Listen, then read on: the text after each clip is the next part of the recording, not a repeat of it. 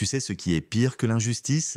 C'est quand elle porte un uniforme, un flingue à la ceinture et un sourire aux lèvres, comme si humilier les gens était un passe-temps. Et ce matin-là, l'agent Léo Marchand pensait qu'il allait juste passer une journée normale à terroriser les gens du quartier nord comme d'habitude. Ce qu'il ne savait pas, c'est qu'il venait de poser les mains sur la femme du commandant de la police et que sa carrière allait partir en fumée en direct sur les réseaux. Il est 6h13 du matin. Le soleil dort encore, les ruelles sont calmes, les lampadaires clignotent comme des veines fatiguées. Et au coin de l'avenue Durand, une femme noire de 73 ans, nommée Nadège Babineau, sort de la banque avec une enveloppe et un sac à main bien serré contre elle. Elle vient retirer l'argent de sa retraite pour acheter des médicaments à son mari et des croquettes pour son chien. Rien d'extraordinaire. Mais dans les yeux de Léo, posté dans sa voiture de patrouille, c'est une cible, une anomalie, un élément suspect. Il attrape sa radio sans émotion et dit « Unité 14, j'ai une activité étrange devant la banque de l'avenue Durand. Femme noire, sac à main volumineux, je procède à un contrôle. » Il ne demande pas d'infos, il ne vérifie rien, il sort, claque la portière et fonce droit sur elle. « Hey, qu'est-ce que vous cachez là-dedans ?» Nadège recule d'un pas surprise. Elle dit calmement « Je viens juste de retirer de l'argent. » Mais Léo ne l'écoute même pas. Il lui arrache le sac, le vide sur le trottoir, papier, lunettes, un flacon de pilules et une photo froissée d'un homme en uniforme militaire tombe au sol. Léo la regarde de haut en bas. Il ricane. « C'est qui ça? Ton dealer ?» Nadège le regarde choqué. « C'est mon fils, capitaine dans les forces spéciales. » Mais Léo ne ralentit pas. Il la plaque contre la voiture, lui passe les menottes, lui lit des droits qu'elle ne comprend même pas. Et pendant que du sang perle à sa lèvre, la caméra d'un passant enregistre tout, chaque mot, chaque geste. Ce passant, c'est Malik Rami, un chauffeur VTC qui attendait d'un client à 2 pas. Il poste la vidéo sur les réseaux avec une simple légende.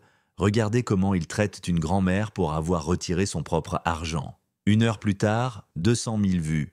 3 heures plus tard, trending topic national. Ce que personne ne savait encore, c'est que Nadège n'est pas n'importe qui. Elle est se marier au commandant de la police régionale, Alain Babineau.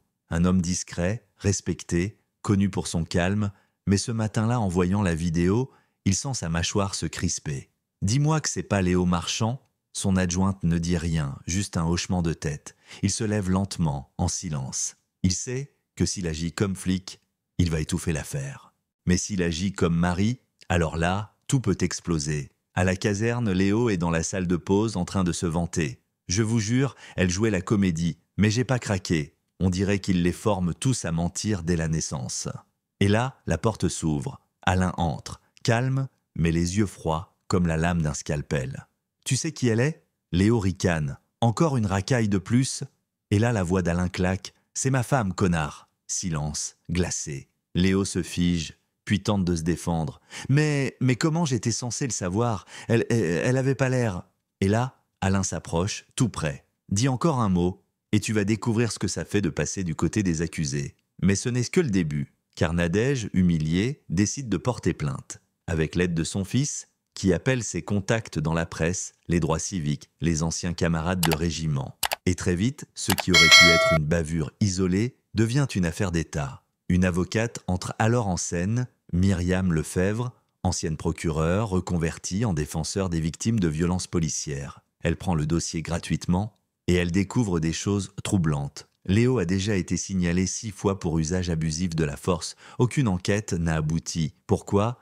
Parce que le syndicat des policiers a tout bloqué. Ils ont fait pression, détruit des preuves, menacé des collègues. Et là, Myriam trouve un document. Une vidéo d'une interpellation datant de l'année dernière. Même méthode, même violence, même sac de preuves planté.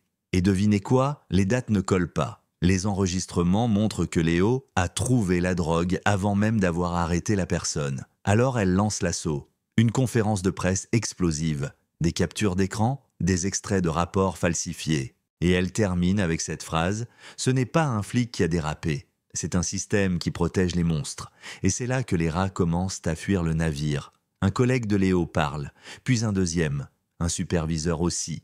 Et soudain, l'affaire Nadège Babineau devient le point de départ d'une enquête fédérale sur la corruption au sein de la police d'Oak Ridge. Mais attention, les puissants n'aiment pas perdre. Un matin, Myriam reçoit un colis. À l'intérieur, des photos d'elle à 22 ans, en manifestation étudiante, accompagnée d'un message anonyme.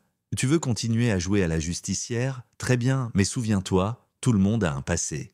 Elle ne bronche pas. Elle répond publiquement, micro en main, oui, j'ai manifesté pour la justice, et je le referai demain. Mais vous avez menti, frappé, trahi, et vous avez peur parce que cette fois, on vous regarde. Pendant ce temps, Alain Babineau est convoqué par le préfet. Vous allez devoir choisir, commandant. Soit vous soutenez votre femme, soit vous restez avec nous.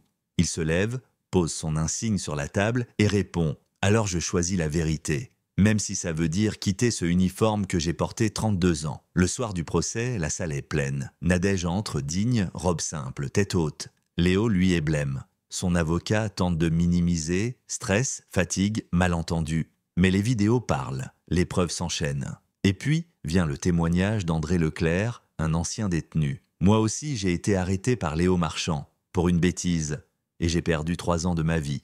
Mais personne ne m'a cru, jusqu'à aujourd'hui. Le jury délibère, 3 heures, verdict, coupable, violence volontaire, falsification de preuves, détournement de procédure. Léo est condamné à 15 ans ferme.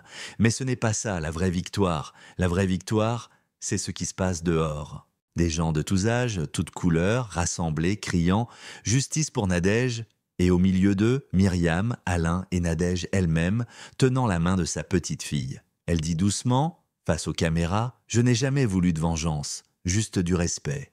Et aujourd'hui, j'ai retrouvé ma dignité. Mais attention, certains disent que c'était exagéré, que Léo faisait juste son boulot. D'autres pensent que c'est seulement la surface et que les vrais monstres sont encore là, bien cachés, bien protégés. Et toi, tu en penses quoi? C'est quoi, pour toi, la justice?